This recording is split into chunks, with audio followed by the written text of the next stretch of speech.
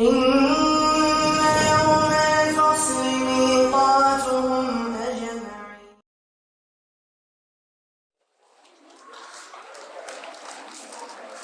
Assalamualaikum warahmatullahi wabarakatuh. Innal hamdalillah nahmaduhu wa nasta'inuhu wa nastaghfiruh wa na'udzu billahi min shururi anfusina wa min sayyiati a'malina. May yahdihillahu fala mudilla lahu wa may yudlil fala hadiya lahu. أشهد أن لا إله إلا الله وحده لا شريك له وأشهد أن محمدا عبده ورسوله لا نبي بعده. اللهم صل على محمد وعلى آل محمد. قال الله تعالى في القرآن الكريم: يا أيها الذين آمنوا اتقوا الله حق تقاته ولا تموتن إلا وأنتم مسلمون. وقال النبي صلى الله عليه وسلم: فإن أصدق الحديث كتاب الله وخير الهدي هدي محمد صلى الله عليه وسلم وشر الأمور محدثاتها فإن كل محدثة بدعة فإن كل بدعة ضلالة وكل ضلالة في النار.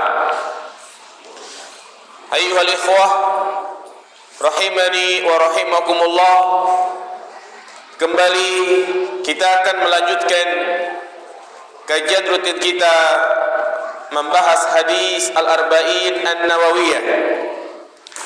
Dan hadis yang sedang kita bahas adalah hadis yang keempat tentang penciptaan manusia dan ketentuan nasibnya. Pada pertemuan sebelumnya kita telah menjelaskan tentang tahapan-tahapan penciptaan manusia, mulai dari berbentuk alaqah, berawal dari nutfah, ya, nutfah cairan, kemudian segumpal darah, kemudian menjadi segumpal daging. Berikutnya Allah Subhanahu wa taala memerintahkan kepada malaikat untuk meniupkan ruh. Thumma yursalu ilaihil malak fayanfukhu fihi ruh. Kemudian telah sempurna menjadi bentuk manusia, maka Allah Subhanahu wa taala memerintahkan malaikat untuk meniupkan ruh. Wa yu'maru bi arba'i kalimatin, dan diperintahkan untuk menetapkan 4 hal. Ini yang akan menjadi kelanjutan pembahasan kita, yaitu tentang catatan takdir manusia semenjak dia berada di rahim ibunya, semenjak dia menjadi janin. Maka saat itulah Allah Subhanahu wa taala menetapkan tentang nasibnya. Wa yu'maru bi arba'i kalimatin, diperintahkan untuk menetapkan 4 hal. Apa saja itu? Yang pertama, bikat birizkihi, untuk ditetapkan rizkinya. Wa ajalihi, dan ajalnya. Wa amalihi, dan perbuatannya, pekerjaannya, amalnya. Wa syakiyun aw sa'idun, dan juga nasib dia di akhirat kelak. Apakah dia termasuk orang yang celaka atau bahagia? Ini 4 hal yang berkaitan dengan nasib seorang hamba di dunia, yaitu semuanya telah ditetapkan oleh Allah ketika dia berada di dalam rahim ibunya. Bahkan ketetapan 4 hal ini sudah jauh-jauh hari Allah tetapkan, yaitu di Lauhil Mahfuz. Karena catatan Allah itu bermacam-macam. Yang pertama, di mana Allah Subhanahu wa taala mencatat takdir hambanya di Lauhil Mahfuz 50.000 tahun sebelum penciptaan langit dan bumi. Kemudian di antara catatan takdir hamba, yaitu ketika dia berada di rahim ibunya. Ini disebut dengan Al-Kitabah Al-Umriyah atau takdir umri, yang pada dasarnya catatan takdir baik di Lauhil Mahfuz maupun di dalam rahim itu tidak ada perbedaan. Ya, tidak ada perbedaan. Nah, yang pertama jamaah sekalian, yaitu Allah Subhanahu wa taala menetapkan tentang rizkinya. Apa itu rizki?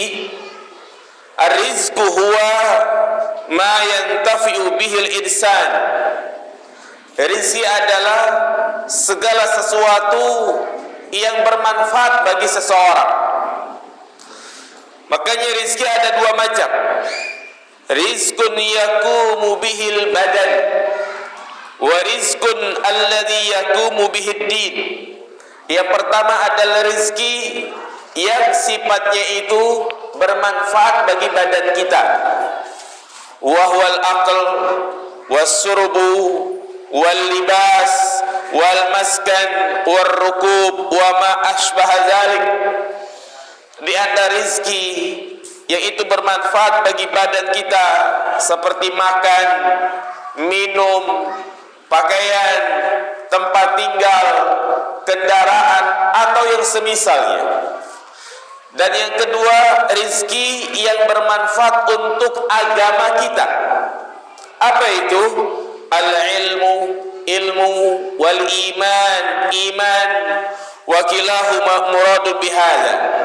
Dan maksud dari rizki dalam hadis ini mencakup 2 rizki yang telah kita sebutkan. Maka dari sini jamaah dirahmati Allah Subhanahu wa taala, seorang muslim wajib meyakini, bahkan harus betul-betul mengimani bahwa rizki dia telah ditentukan oleh Allah Subhanahu wa taala, telah diatur. Bukan hanya telah ditentukan, tetapi Allah lah yang memberikan rizki kepada kita. Jadi 2 hal yang perlu kita sadari jamaah sekalian. Yang pertama, Allah lah yang memberikan rizki kepada kita, dan Allah lah yang telah mengatur rizki kita, yang telah menentukan rizki kita dari mulai kita sejak lahir sampai kita meninggal. Apakah seseorang menghabiskan hidupnya 1 miliar, 2 miliar, 1 triliun atau 2 triliun, itu semuanya telah digariskan oleh Allah Subhanahu wa taala. Kalau memang sudah digariskan, maka kita tidak boleh pesimis, karena Allah sebutkan di dalam Al-Qur'an, wa ma min dabatin fil ardi illa 'alallahi rizquha. Dan tidak ada yang melatak di muka bumi ini kecuali Allah lah yang memberikan rizki kepadanya. Dan juga Nabi menyebutkan dalam hadis yang lain, innahu lan tamuta nafsun hatta tastawfiya rizquha. Bahwasanya orang itu tidak akan mati sampai sempurna rizkinya. Nah ini jamaah dirahmati Allah Subhanahu wa taala, ya, kita wajib mengimani bahwasanya rezeki kita telah ditentukan oleh Allah Subhanahu wa taala. Maka konsekuensinya di balik keimanan ini, yang pertama, kewajiban kita adalah bersyukur. Kalau memang Allah telah tentukan rizki kita, bahkan Allah lah yang memberikan rizki kepada kita, maka konsekuensinya kita harus menjadi seorang hamba yang bersyukur terhadap apa yang Allah berikan kepada kita, sedikit maupun banyak, dan juga bersabar atas perkara-perkara yang kita tidak senangi. Inilah sikap seorang mukmin, di mana dia hanya pada dua keadaan, yaitu bersyukur atau bersabar. Nah, kemudian juga konsekuensi yang kedua, kalau memang rizki kita sudah ditentukan, maka Allah Subhanahu wa ta'ala mewajibkan hambanya untuk berikhtiar, berusaha mencari rizki. Jadi jangan sampai kita salah paham. Ketika Allah sudah tentukan rizki kita, kita enggak bekerja, menunggu, duduk di rumah, tidak berusaha, tidak mencari rizki, maka ini suatu kesalahan yang sangat fatal. Karena tawakal yang benar, selain dia menyandarkan nasibnya kepada Allah, yang kedua harus diiringi dengan apa?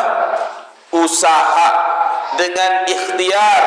Kenapa jamaah sekalian? Karena segala sesuatu terjadi di muka bumi ini sudah menjadi ketetapan Allah, ada sebab dan ada musabab. Orang yang mau kenyang, maka dia harus makan. Orang yang ingin punya anak, maka dia harus menikah. Orang yang ingin pintar, maka dia harus belajar. Nah, demikian pula kalau memang kita ingin mendapatkan rizki sesuai dengan apa yang Allah tentukan, maka harus kita menjemputnya dengan cara berikhtiar. Makanya Allah Subhanahu wa ta'ala sebutkan dalam surat Al-Jum'ah, fa idza qudiyatis sholatu fantashiru fil ardi wabtaghu min fadlillah. Apabila telah selesai mendirikan sholat Jumat, fantashiru, maka bertebarlah di muka bumi, wabtaghu min fadlillah, dan carilah keutamaan Allah, yaitu rizkinya. Nah, jadi ini yang pertama, ya, di mana seorang hamba telah ditentukan rizkinya. Kemudian catatan yang kedua adalah catatan tentang ajalnya. Kapan dia akan meninggal, pada usia berapa dia akan meninggal, itu semua telah ditentukan di Lauhil Mahfuz ketika dia juga berada di alam rahim. Wan nasu yakhtalifuna fil ajal ikhtilafan mutabayina. Maka dari sini kita lihat manusia itu dari sisi usianya berbeda-beda. Faminan nasi man yamutu hinal wiladah. Ada di antara manusia yang meninggal ketika dia berada di dalam perut ibunya. Wa minhum man ya'muru ila mi'ati sanah. Bahkan ada di antara manusia yang berumur sampai 100 tahun. Bahkan juga ada yang sampai 200 tahun. Ada enggak jamaah sekalian sekarang yang umurnya mencapai 200 tahun? Ada enggak? Barusan tadi siang saya baca berita ada di daerah Pakistan yang katanya seorang ibu sudah sangat tua, dia usianya sudah 200 tahun dan sekarang masih hidup. Nah itulah ya sesuai dengan ketentuan Allah Subhanahu wa ta'ala. Bahkan umat-umat sebelum kita, mereka usianya lebih panjang lagi. Nabi Nuh saja umurnya berapa jemaah? 900 tahun. 900 tahun itu dakwahnya. Adapun umurnya, fala bisa Nuh fi qaumihi alfasanatin ila khamsina amah, yaitu sampai 1000 tahun lebih. Iya. Dan waqtiyaru tulil ajal au qisar ajal laisa ilal bashar. Dan ingat ya mas sekalian, yang menentukan usia seseorang pendek atau panjang itu tidak dikembalikan kepada manusia. Maka kalau itu dikembalikan kepada manusia, mungkin kita semua pengennya umurnya panjang. Nah, tetapi itu semua Allah lah yang menentukan. Walaysa lisihatil badan wa qawamil badan. Dan panjang pendeknya umur tidak dilihat dari sisi kesehatan badannya. Toh banyak di sana orang yang badannya sehat, ternyata dia meninggal dunia secara tiba-tiba. Mungkin dia kecelakaan, ditabrak kendaraan, atau yang semisalnya. Wa hadzal ajal la yataqaddamu lahdatan wa la yata'akhkhar.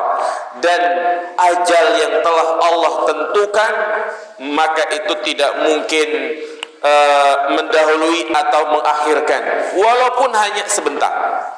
Iya, artinya ajal yang telah ditentukan oleh Allah Subhanahu wa taala itu tidak bisa dimajukan dan juga tidak bisa dimundurkan. Kalau ada yang bertanya, bagaimana dengan hadis Nabi sallallahu alaihi wasallam? Barang siapa yang ingin dipanjangkan umurnya, maka apa kata Nabi? Jalilah tali silaturahim.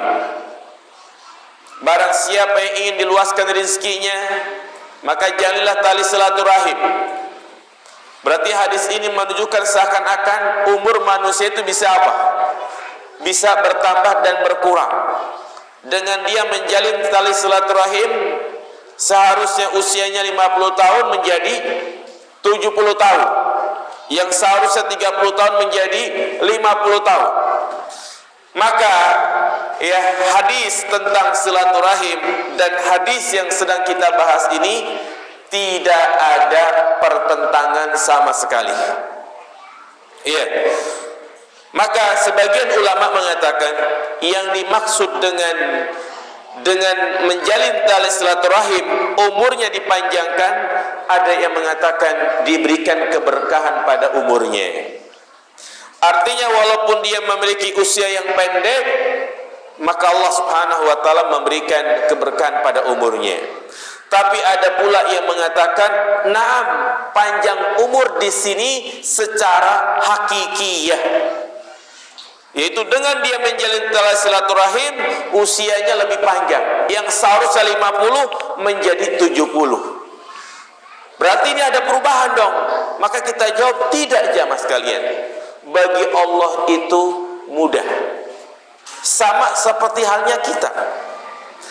Kadang kita ketika ingin melakukan suatu rencana, memiliki planning yang bermacam-macam. Contoh misalnya kalau kita pengen bangun rumah, kita sudah membuat arsiteknya, bentuk bangunannya, sipilnya seperti apa, ada plan-plan tertentu. Kalau kita punya budget misalnya 100 juta, begini bentuknya. Kalau kita punya budget 200 juta, begini planningnya. Kalau kita punya budget 300 juta, begini planningnya. Itu kita jamaah sekalian, manusia. Bagaimana dengan Allah Subhanahu wa taala? Maka bukan suatu mustahil bagi Allah. Allah Subhanahu wa taala mentakdirkan hambanya pada beberapa plan. Plan A, plan B, plan C, plan D.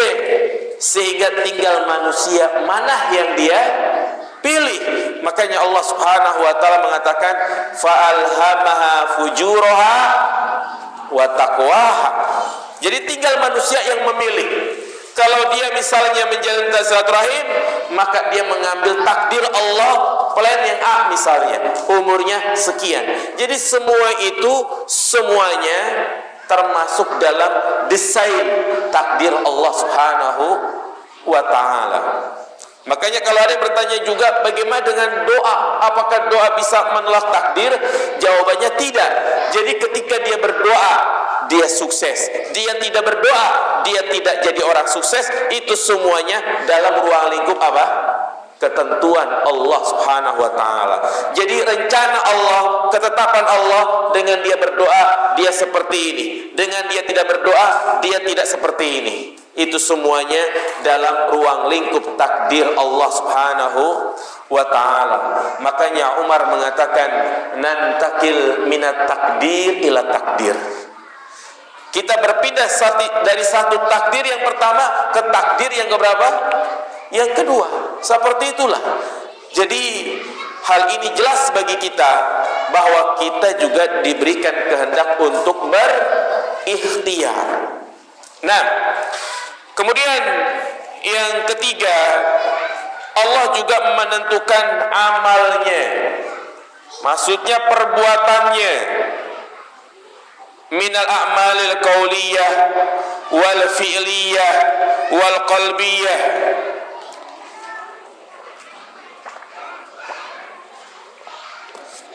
Nah, jadi Allah juga telah tentukan berkaitan dengan amalnya, pekerjaannya, baik berkaitan dengan urusan dunia, dia pekerjaannya apa, profesinya apa, atau juga banyak sedikit amal ibadah yang dia telah lakukan. Ini semua telah ditentukan oleh Allah Subhanahu wa ta'ala. Bahkan yang keempat, syakiyun am sa'idun, nasib dia di akhirat kelak. Apakah dia termasuk orang yang celaka atau bahagia? Semuanya telah ditentukan. Makanya Allah Subhanahu wa ta'ala berfirman dalam surat Hud ayat 105 sampai 106, faminhum syakiyun wa sa'idun. Di antara manusia ada yang celaka dan ada pula yang bahagia. Fa ammal ladzina syaku fa finnar lahum fiha zafirun wa syahikun. Adapun mereka yang celaka, maka dia akan masuk ke dalam neraka. Mereka terus menarik napas dan merintih. Khalidina fiha, kekal di dalamnya. Madamatis samawati wal ardu, selama langit dan bumi masih ada. Illa ma syaa rabbuk, kecuali apa yang dikehendaki oleh Rabbmu. Wa ammal ladzina su'idu fa fil jannah. Adapun mereka yang ditakdirkan menjadi orang yang bahagia, mereka akan masuk ke dalam surga, khalidina fiha, kekal di dalamnya.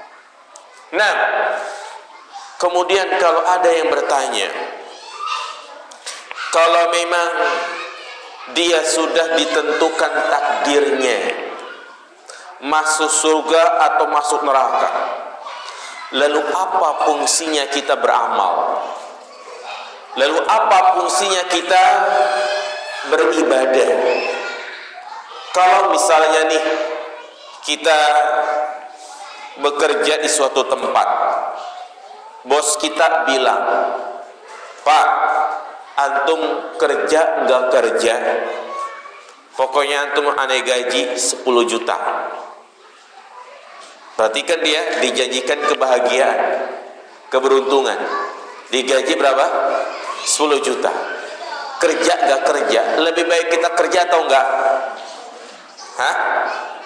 Gak kerja lah. Orang kita udah ditentuin dapat gaji berapa? 10 juta. Kerja gak kerja? Atau sebaliknya, lu mau kerja enggak kerja, gua gak bakal gaji. Lebih baik kerja atau gak kerja, jemaah? Iya, gak kerja. Orang kerja juga pasti gak diapain? Enggak digaji. Nah, mungkin ada yang bertanya sama seperti ini. Kalau seseorang sudah ditentukan nasibnya surga dan neraka, ngapain beramal? Ternyata pertanyaan seperti ini pernah disampaikan oleh seorang sahabat. Ketika selesai menguburkan, Nabi SAW mengambil sebatang kayu dan beliau menggaris tanah. Beliau mengatakan, sesungguhnya ya seseorang telah ditentukan apakah masuk surga atau masuk neraka. Maka ada sahabat yang nyeletuk, ya Rasulullah, lalu buat apa kita beramal? Afana daul amal, kalau begitu lebih baik kita gak usah beramal. Kenapa? Karena takdir sudah ditentukan. Maka Rasulullah SAW mengatakan, i'malu fa kullu muyassarun lima khuliqalah. Maka kewajiban kalian adalah beramal, udah beramal. Karena seseorang akan ditakdirkan sesuai dengan apa yang dimudahkan baginya. Artinya kalau dia menjadi seorang hamba yang masuk ke dalam surga, maka dia akan dimudahkan untuk melakukan amalan penduduk surga. Kalau dia menjadi penghuni neraka, maka akan dimudahkan untuk melakukan amalan penduduk neraka. Makanya Nabi mengatakan, ikmalu, udah kalian mah kerjanya beramal. Itu yang pertama. Yang kedua, kita tahu nggak nasib kita, masuk surga atau masuk neraka? Nggak tahu. Ya, kita nggak tahu. Maka ya sikap yang benar adalah teruslah beramal. Dan juga yang ketiga, sudah menjadi sunatullah, bahwasanya Allah menjadikan sesuatu itu ada sebab dan ada musababnya. Dan tentunya kalau kita ingin masuk surga, ya harus apa? Bekerja dan beramal. Nah, kemudian jamaah dirahmati Allah Subhanahu wa taala, berikutnya Nabi mengatakan, fa wallahi alladzi la ilaha ghairuh, maka demi Allah yang tidak ada ilah yang berhak diibadahi selainnya. Lihat di sini, Rasulullah sallallahu alaihi wasallam bersumpah. Di tengah-tengah pembicaraan beliau bersumpah, menunjukkan bahwasanya apa yang beliau akan sampaikan itu sangatlah penting agar kita betul-betul perhatian. Bisa jadi itu adalah bahaya yang harus kita waspada darinya. Bisa jadi itu adalah kebaikan yang harus betul-betul kita amalkan. Apa kata Nabi? Ternyata apa yang beliau sampaikan ini berkaitan dengan hal-hal yang dimana kita harus waspada. Apa kata Nabi? Inna ahadakum la ya'malu bi amali ahli jannah hatta ma yakunu bainahu wa bainaha illa dhira' fayasbiqu alaihi kitab fayamalu bi amali ahli nar fayadkhuluha. Sesungguhnya ada di antara kalian yang dia melakukan amalan penduduk surga. Ini orang ahli ibadah, ahli taat, mengerjakan ibadah yang wajib ataupun yang sunnah.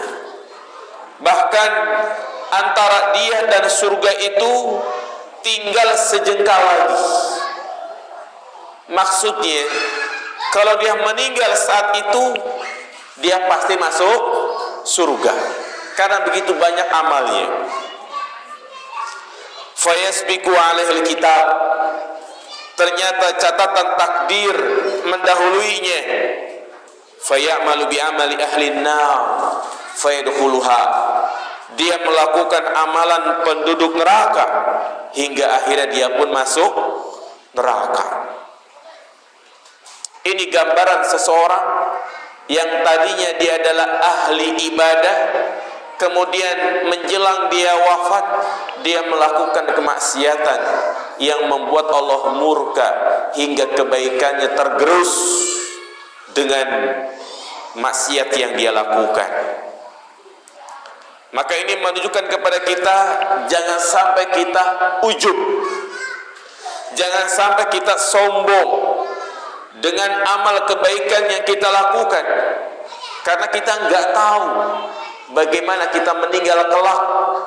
Apakah meninggal dalam keadaan husnul khotimah ataukah meninggal dalam keadaan su'ul khotimah.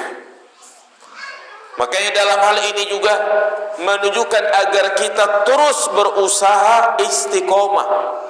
Karena yang Allah perintahkan bukan hanya untuk memperbanyak amal soleh, bukan hanya itu yang Allah perintahkan, Tetapi yang Allah perintahkan juga agar kita tetap istiqomah di atasnya. Tetap istiqomah di tetap istiqomah dalam beramal soleh.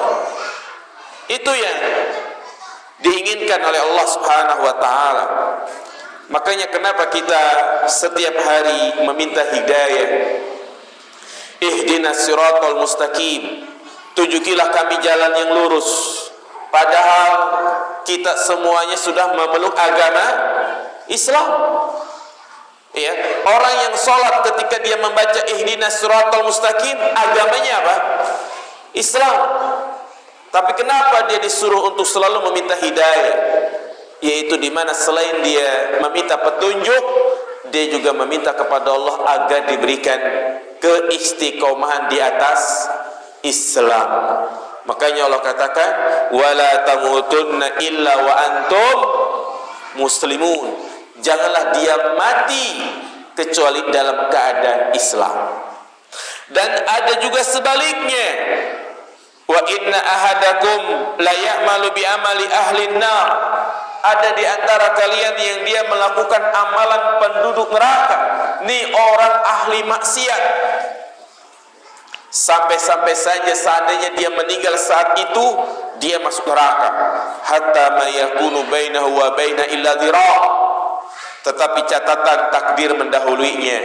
Dia melakukan amalan penduduk surga hingga akhirnya dia pun masuk ke dalam surga. Maka dari hadis ini Syekh Muhammad bin Shalih Utsaimin beliau menjelaskan tentang keadaan manusia dilihat dari awal dan akhirnya. Ahwalun nas binisbati lil bidayat wan nihayat. Keadaan manusia yang ditinjau dari amalnya baik awal maupun akhir ada 4 keadaan. Yang pertama,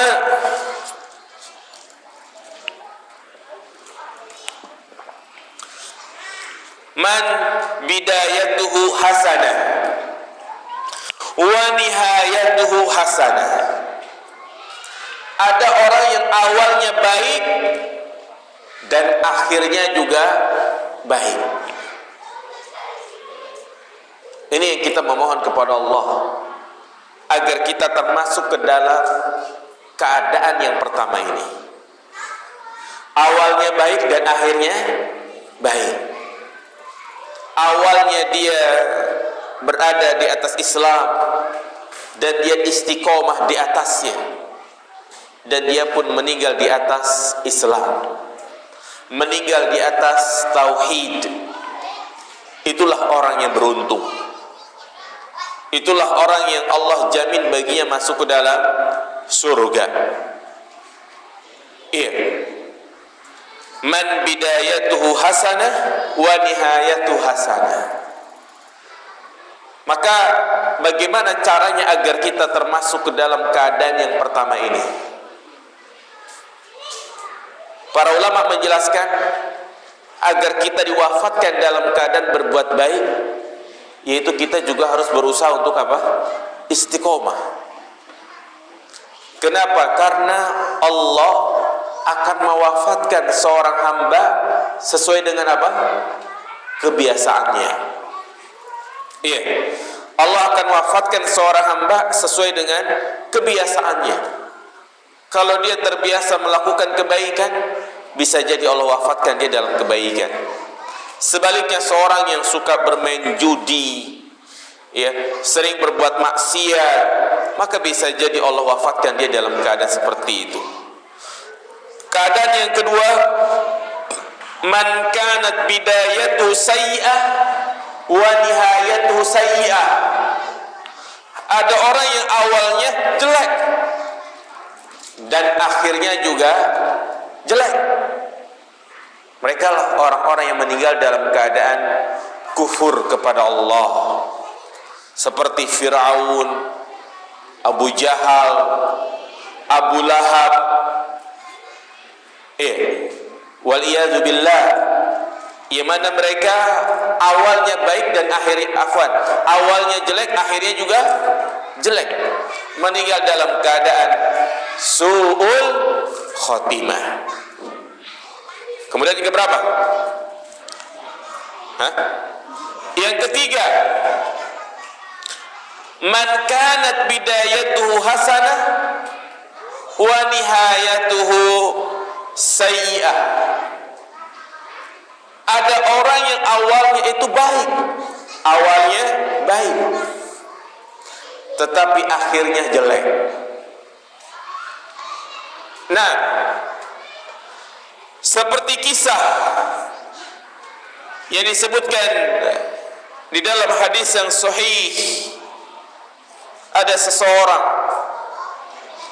yang dia selalu ikut perang bersama Nabi Sallallahu Alaihi Wasallam. Ketika peperangan, beliau tidak pernah absen. Bahkan wa kana hadha rajul la yada syadzah wala fadzah. Orang ini subhanallah dikenal sebagai seorang yang pemberani. Tidak ada satupun musuh kalau berduel dengannya, melainkan musuh itu pasti akan mati. Begitu pandainya dia dalam memainkan senjata, sehingga dia dikenal di tengah-tengah para sahabat. Fata'ajjaban nasu minhu, orang-orang pun merasa takjub dengannya. Maka Nabi Sallallahu Alaihi Wasallam biasa setelah berperang, Nabi mengabsen sahabat-sahabatnya. Siapakah sahabatnya yang masih hidup dan siapakah yang sudah meninggal. Fulan syahid. Nah, ketika orang ini disebut fulan, serentak para hadirin mengatakan syahid. Bahkan dikatakan hadzal ladzi kasbul ma'rakah. Dialah orang yang paling berperan dalam peperangan. Nabi mengatakan huwa min ahlin nar. Tidak seperti yang kalian katakan. Dia termasuk penghuni neraka. Kaget para sahabat mendengar Nabi mengatakan orang itu di neraka. Maka ada seorang yang mengatakan alzamnahu ay utabi'uhu fa usibu hadha rajul as-suja' al-miqdam bihim min al-adu. Maka ada seorang yang pengen tahu kenapa orang ini dikatakan masuk neraka. Maka Nabi SAW menjelaskan dia meninggal bukan dalam keadaan mati syahid. Dia justru meninggal dalam keadaan sangat konyol, di mana ketika dia terluka, terkena senjata, terluka, dia tidak tahan, merasakan sakit yang sangat luar biasa. Akhirnya dia pun menancapkan pedangnya di tanah dan dia jatuhkan dirinya ke arah pedang tersebut. Berarti dia meninggal dalam keadaan apa ini? Bunuh diri. Apa kata Nabi SAW? Inna ahadakum la ya'malu bi amali ahlil jannah fima yabdu linnas wa huwa min ahlin nar. Sesungguhnya ada di antara kalian yang dia melakukan amalan penduduk surga fima yabdu linnas, yang nampak di hadapan manusia. Yang nampak di hadapan manusia, padahal dia termasuk penghuni neraka. Nah, makanya bisa jadi kenapa kok orang ada yang rajin ibadah tapi ternyata dia masuk neraka? Bisa jadi dia melakukan dia orang baik menurut pandangan siapa? Manusia, tapi hatinya siapa yang tahu? Allah Subhanahu wa taala. Bisa jadi ahli ibadah dia masuk neraka karena apa? Karena hatinya nggak pernah ikhlas. Hatinya ketika mengerjakan ibadah ria, ujub, ini kan semuanya haba'an mansura, sia-sia, tidak berfaedah sama sekali di sisi Allah Subhanahu wa ta'ala. Nah, demikian pula ada kisah yang termasuk ke bagian yang ketiga ini. Bagian yang ketiga gimana jemaah? Orang yang awalnya apa? Baik dan akhirnya jelek.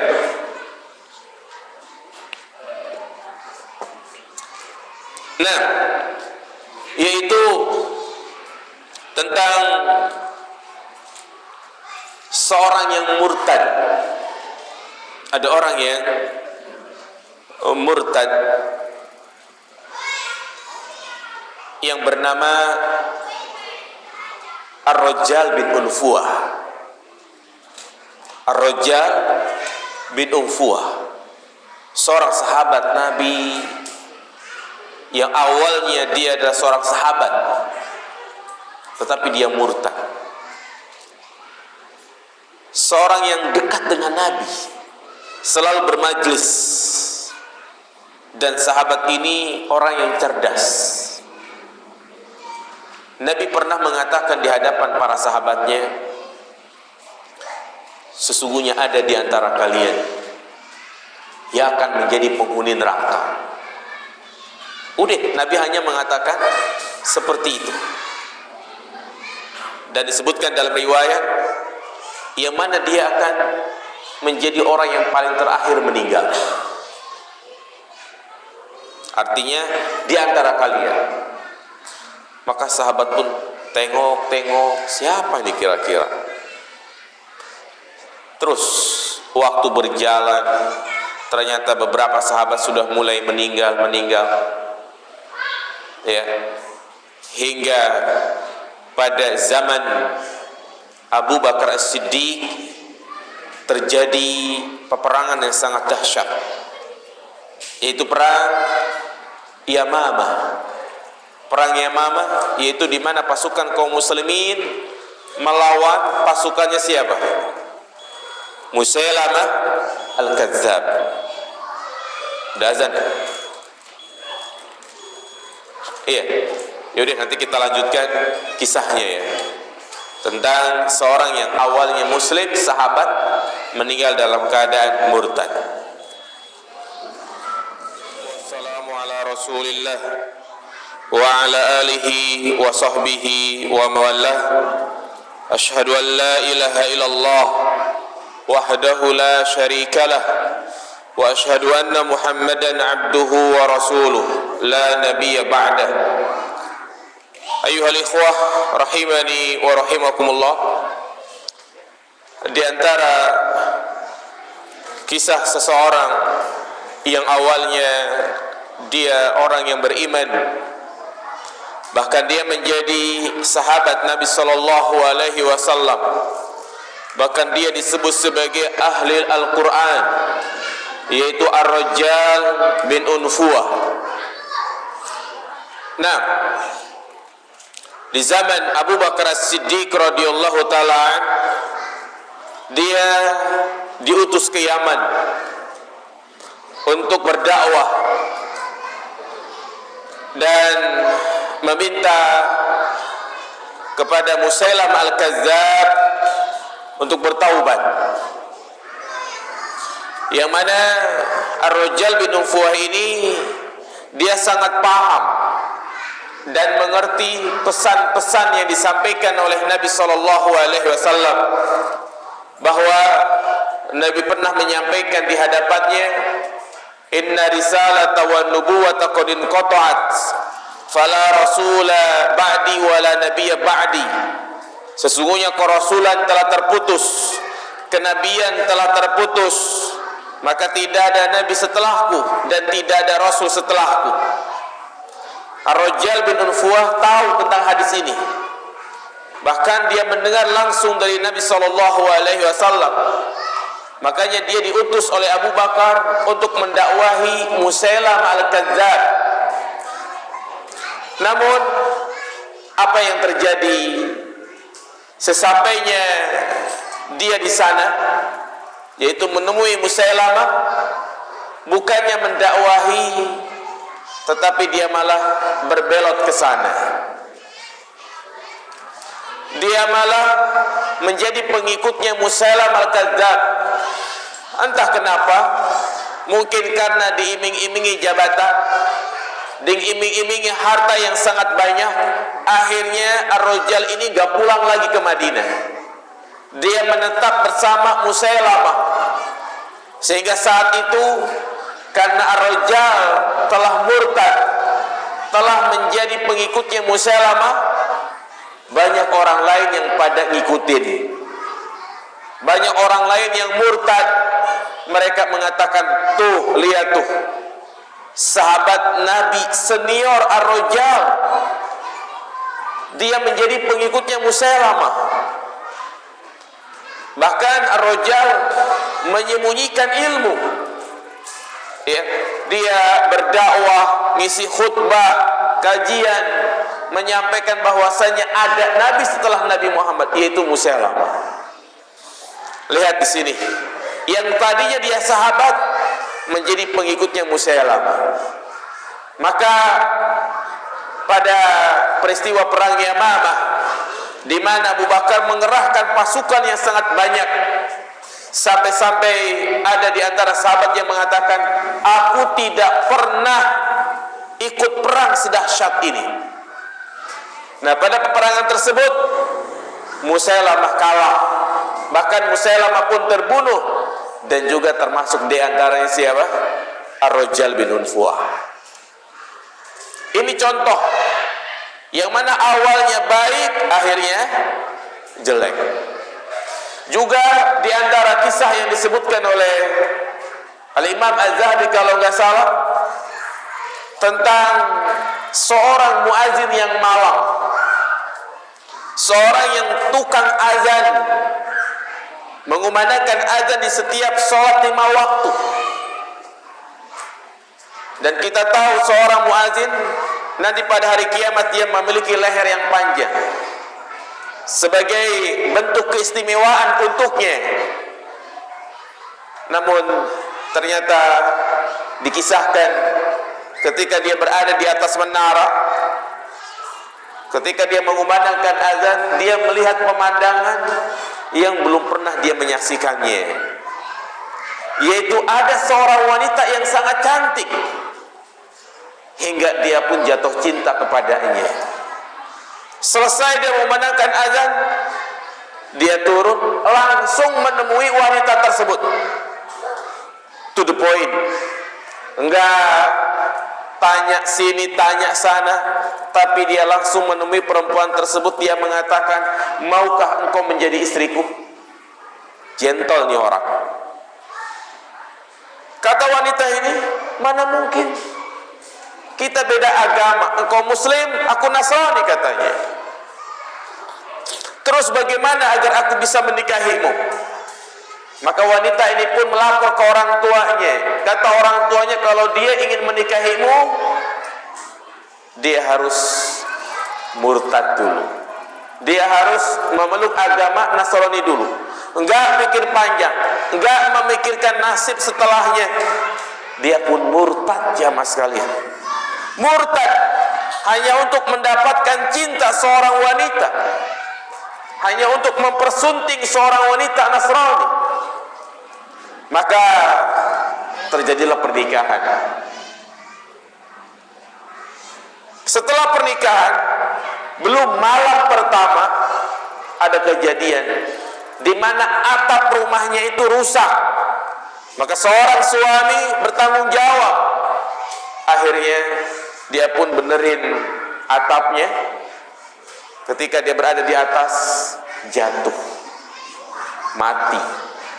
Lihat di sini jamaah sekalian, rugi dunia akhirat.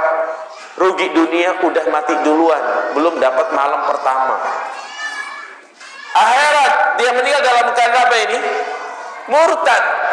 Ini man bidayatu hasanah wa akhiruhu wa nihayatu sayyi'ah. Awalnya baik, akhirnya buruk. Wal iyadzu billah. Ini yang kita takutkan jamaah sekalian. Dengan kisah-kisah seperti ini, maka jangan sampai kita ujub.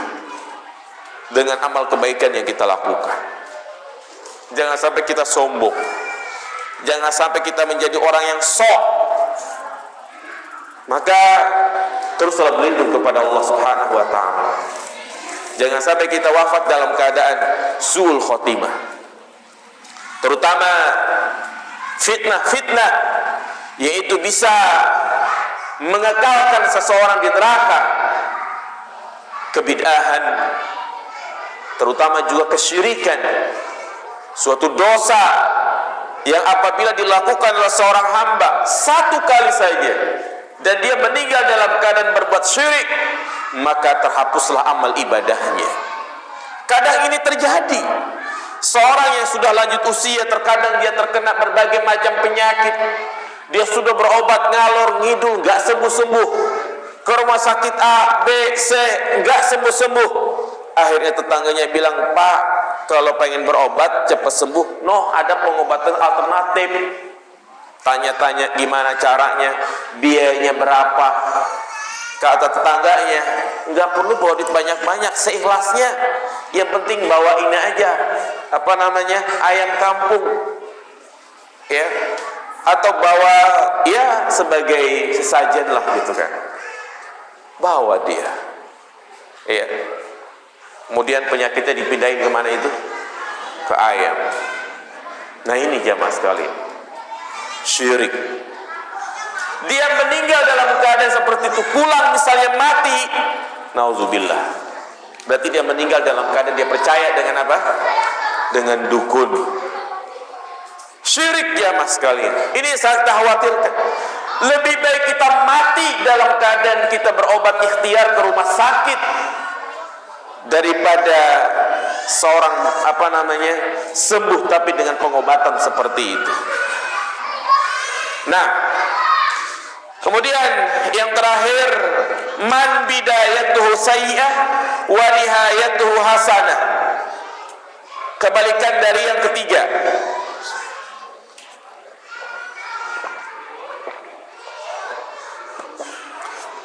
Yaitu orang yang awalnya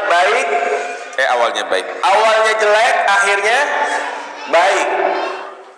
Ini pun banyak. Di antaranya adalah kisah para penyihir Fir'aun, yang kita tahu bahwasanya tukang-tukang sihir yang ada di zaman Fir'aun, mereka menjadi teman setia Fir'aun. Mereka beriman kepada Fir'aun.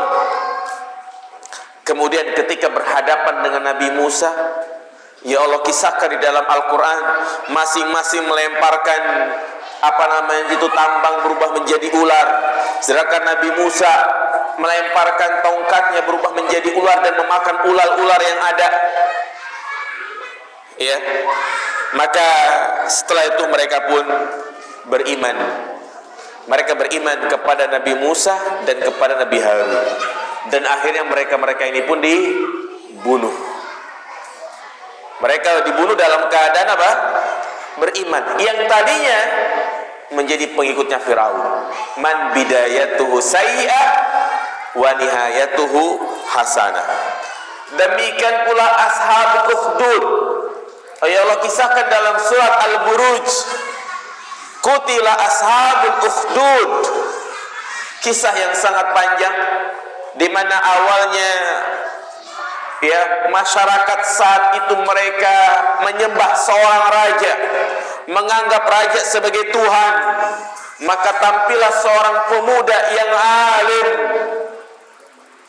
yang akhirnya dia ingin dibunuh dengan berbagai cara, tetapi tidak berhasil. Dibawa ke atas gunung, tidak bisa. Dibawa ke tengah lautan, ditenggelamkan, tidak bisa. Hingga akhirnya dia mengatakan, kalau engkau ingin membunuhku, maka sebutlah dengan nama Rabbnya si gulam, Rabbnya anak muda ini. Maka dilemparkanlah anak panah dengan membaca doa seperti itu, dengan menyebut nama Rabbnya gulam. yaitu Allah Subhanahu wa taala, seketika itu juga pemuda ini pun meninggal. Dan orang-orang yang hadir dalam peristiwa tersebut serentak mengatakan, amanna bi rabbi gulam, kami beriman kepada Rabbnya anak pemuda tadi, yaitu Allah Subhanahu wa taala. Akhirnya mereka semua yang beriman disuruh masuk ke tungku di sebuah jurang yang sudah dikasih kayu bakar, dibakar, dan mereka masuk ke dalam api tersebut. Berarti awalnya mereka kafir, kemudian meninggal dalam keadaan muslim. Juga kisah tentang seorang Yahudi alladzi yakhdimun nabiyya sallallahu alaihi wasallam, yang dia menjadi pelayan Nabi sallallahu alaihi wasallam. Dia pun sakit, wa'adahun Nabi, dan Nabi pun menjenguknya ketika dia sakit. Maka orang Yahudi ini pun diminta untuk memeluk agama Islam. Aslim taslam, masuk Islamlah, engkau akan selamat. Maka dia pun menengok ke arah bapaknya. Kata bapaknya, ikuti apa yang dikatakan Muhammad. Akhirnya dia pun mengucapkan 2 kalimat syahadat dan dia pun meninggal. Apa kata Nabi SAW? Alhamdulillah alladzi anqadhahu minan nar.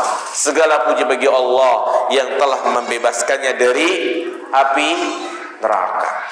Contoh, man bidayatuhu sayyi'ah wa nihayatuhu hasanah.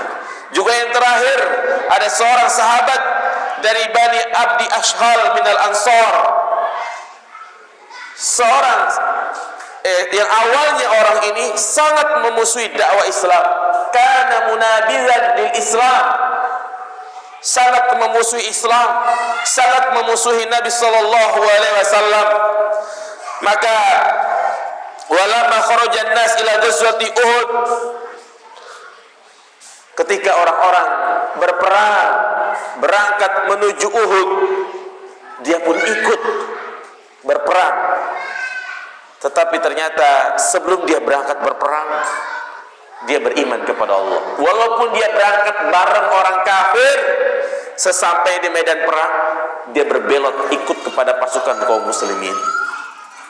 Nah, wa kharaja lil jihad wa qutila syahida, dan dia pun keluar berjihad dan akhirnya dia pun mati dalam keadaan syahid. Sehingga Abu Hurairah mengatakan, inilah dia, seorang yang masuk surga belum pernah sujud kepada Allah. Loh, kok bisa? Iya, dia masuk Islam kemudian langsung berangkat jihad, mati. Berarti dia belum pernah mengerjakan apa? Sholat. Juga kisah dari keadaan yang keempat ini adalah tentang pembunuh 100 nyawa, yang dia sudah membabat habis 100 nyawa, dia bertaubat dan Nabi mengatakan dia masuk ke dalam surga.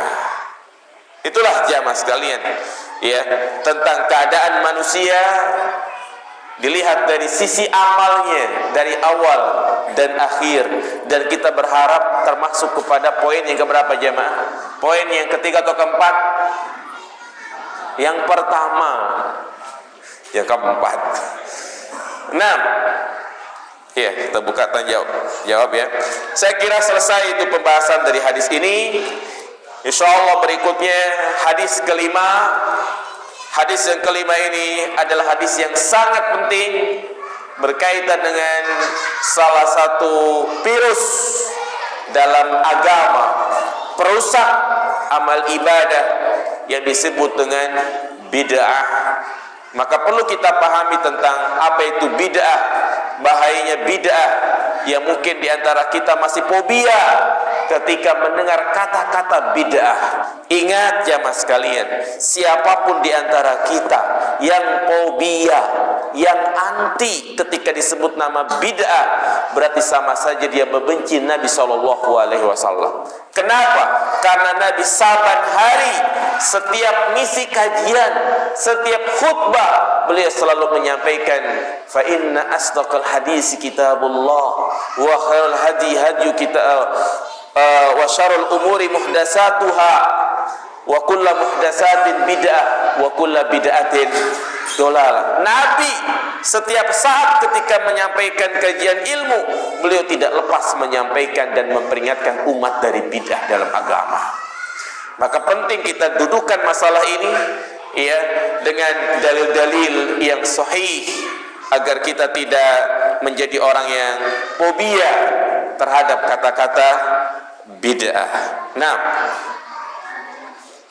apakah pernikahan beda agama muslim dengan non muslim juga sudah merupakan takdir Allah? Iya, semuanya sudah menjadi takdir Allah, tapi tentunya dia sendiri diberikan apa? Pilihan, ikhtiar.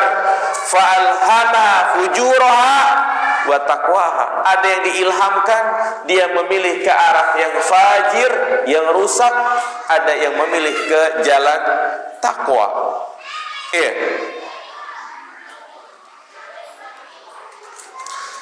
Apa maksud daripada sempurna rizkinya dalam hadis tadi? Allah tidak akan mencabut nyawa seorang sebelum sempurna rizkinya. Jelas. Artinya Allah tidak akan mematikan seorang hamba sampai rizki yang telah tertulis di Lauhil Mahfuz dia dapetin semuanya. Iya. Dan juga Nabi menjelaskan orang itu mendapatkan rizki, ya, disempurnakan rizki baginya wa in abta'a anha, walaupun kadang terlambat. Maksudnya gimana? Kadang ada orang yang awalnya miskin, kerja keras bertahun-tahun hingga akhirnya pada akhirnya menjadi orang yang kaya. Iya. Jadi maksudnya Allah tidak akan matikan dia sampai rizkinya dia dapatkan semuanya.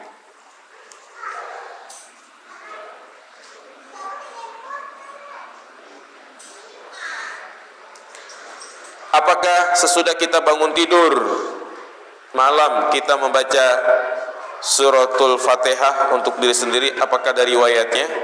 Apakah ada faedahnya? Tidak ada. Mengkhususkan bacaan Al-Fatihah setelah bangun tidur itu tidak ada hadisnya. Ya, sehingga kita tidak boleh mengamalkannya. Sebaik-baik amalan adalah mengikuti tuntunan Nabi Sallallahu Alaihi Wasallam. Bukan berarti kita melarang orang yang membaca Al-Fatihah. Silakan membaca Al-Fatihah cuma pada tempatnya. Nah, bagaimana kalau manusia dikatakan meninggal dunia, tiba-tiba hidup kembali? Berarti dia belum mati. Iya. Ya, atau disebut namanya mati apa ini? Mati suri. Ya, mati suri cuma istilah doang. Ya, barangkali mungkin dia masih koma. Bahkan saya baca itu berita ada pangerannya, kalau nggak salah pangeran Saudi yang 15 tahun dalam keadaan koma. Iya. Artinya orang yang dikatakan mati suri, dia dikatakan belum mati. Nama juga mati suri, ya kan? Kalau mati, ya, sesungguhnya adalah mati beneran. Nah, ana jualan baju bekas impor. Ana beli dari tangan ketiga di Pasar Senen. Dan ana baru tahu kalau ada undang-undang yang tidak membolehkan untuk mengimpor baju bekas. Bagaimana hukumnya Ustadz jika ana tetap berjualan? Kalau memang betul jelas ada undang-undangnya, berarti ya nggak boleh. Ya, tidak boleh. Dan itu termasuk peraturan pemerintah yang kita harus taat kepadanya, tidak memaksiatinya. Ya, maka sebaiknya ya jual baju yang sifatnya itu bukan impor. Nah, wallahu a'lam. Jadi kalau memang itu ada undang-undangnya berarti nggak diperbolehkan.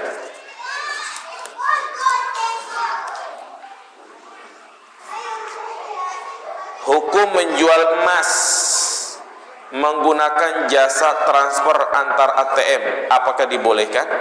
Tidak diperbolehkan. Tidak diperbolehkan.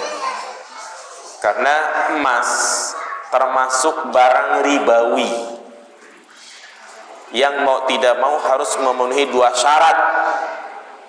Yang pertama dibayar kontan, cash, dan yang kedua diserahkan yadan biyadin.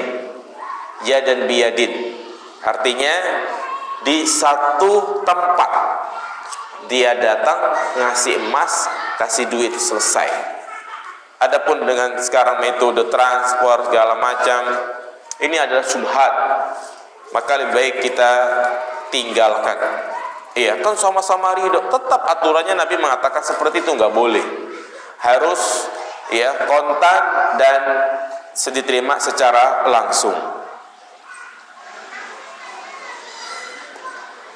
Saya sedang berusaha hijrah untuk meninggalkan musik, tapi ketika mendengarkan tidak sengaja musik di luar kadang masih keikut-ikutan. Meskipun setelah itu insya Allah segera beristighfar. Apakah ada tips jitu untuk bisa benar-benar meninggalkan musik? Mohon tips untuk senantiasa istiqomah. Nah, yang pertama tentunya bertaubat yang sesungguhnya dari mendengarkan musik. Dia harus bertaubat secara totalitas. Yang pertama, dia harus buang. Kalau memang dia memiliki alat-alat musik, gitar, seruling, maka dia tidak boleh menjualnya, tapi harus diapain? Dibakar, dimusnahkan, atau buat bahan api ketika dia masak di dapur. Kemudian juga buang file-file semuanya, file-file di HP, di laptop, di hard disk, di USB, yang di situ masih ada musik-musik, semuanya harus dihapus. Kemudian lupakan link-link download untuk mencari musik. Iya, kemudian juga berusaha semaksimal mungkin untuk tidak buka YouTube yang itu di situ mengarah kepada mendengarkan musik. Kalau misalnya masih ada keinginan ketika dia buka YouTube, pasti yang dicari adalah musik. Ketika dia buka Facebook, yang dicari adalah grup musik. Berarti cara taubatnya dia jangan punya YouTube. Berarti di HP-nya YouTube harus diapain? Dihapus. Facebooknya harus dihapus. Itu totalitas. Daripada dia punya aplikasi seperti itu masih sering mengarah untuk mendengarkan musik. Terus ternyata YouTube udah dihapus, Facebook sudah dihapus, tapi ternyata masih ada Google gitu kan, pengen mencarinya link-link musik, maka berikutnya adalah ganti HP yang bisa SMS sama teleponan tok ya. HP Samsung bagaimana? Celupkan ke dalam air, selesai. Begitu jamaah sekalian, harus totalitas. Adapun yang kedua, bagaimana tatkala kita di terminal, stasiun, bandara, itu di luar kuasa kita. Ya, yang penting kita jangan menikmati ketika di bandara ada musik sambil ngangguk-ngangguk kepala, jangan. Nah,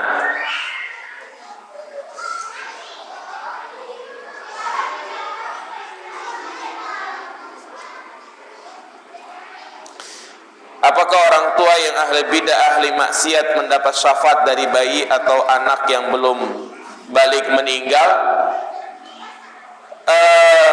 Kalau dia melakukan kebidahan yang berat, maka tidak akan mendapatkan syafaat. Dalam pembahasan syafaat dijelaskan, di antara orang-orang yang terhalang mendapatkan syafaat, di antaranya adalah pelaku orang yang melakukan kesyirikan, ya, orang-orang yang melakukan perkara baru dalam agama, maka terhalang baginya syafaat. Ya, insya Allah nanti kita akan bahas tentang kerusakan pelaku-pelaku bid'ah dalam agama. Demikian, semoga kajian ini bermanfaat.